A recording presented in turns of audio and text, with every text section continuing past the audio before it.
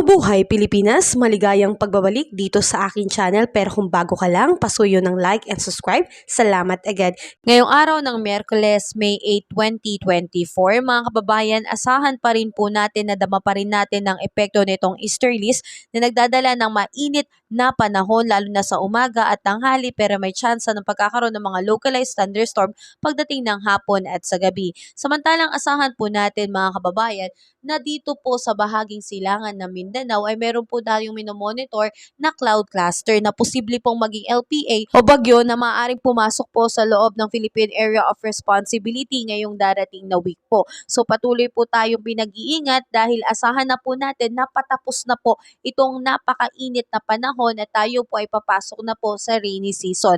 So asahan na rin po natin na magbabago po, unti-unti na pong nagkakaroon ng pagbabago sa ating panahon mula sa napakainit. Ngayon naman po ay asahan na po natin patungo na tayo sa pagiging maulan na panahon. Samantalang mga kababayan, ngayong araw asahan natin patuloy pong makakaranas ng mainit na panahon dito po sa bahagi ng Luzon kasama ang Metro Manila, pero pagdating sa hapon ay may tsansa po ng mga localized thunderstorms sa mga ilang lugar po dyan.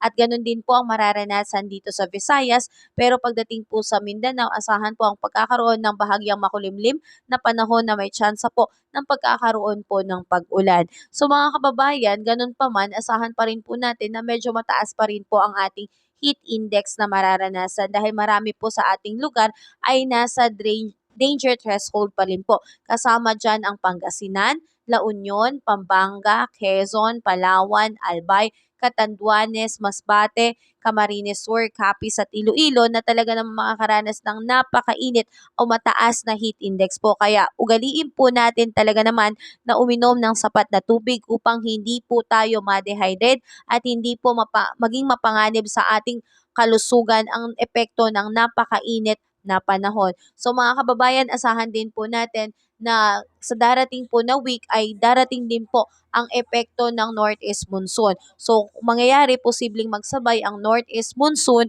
at itong LPA na to. So asahan na po natin na talagang nag-transition na tayo sa mula sa napakainit hanggang sa magiging maulan na panahon. Kaya ugaliin po nating maging updated sa ating panahon upang hindi po tayo mangangapa o lagi po tayong handa every day.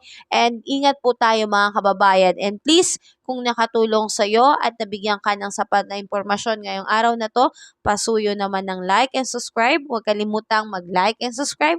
Salamat kabayan at ingat ka parate.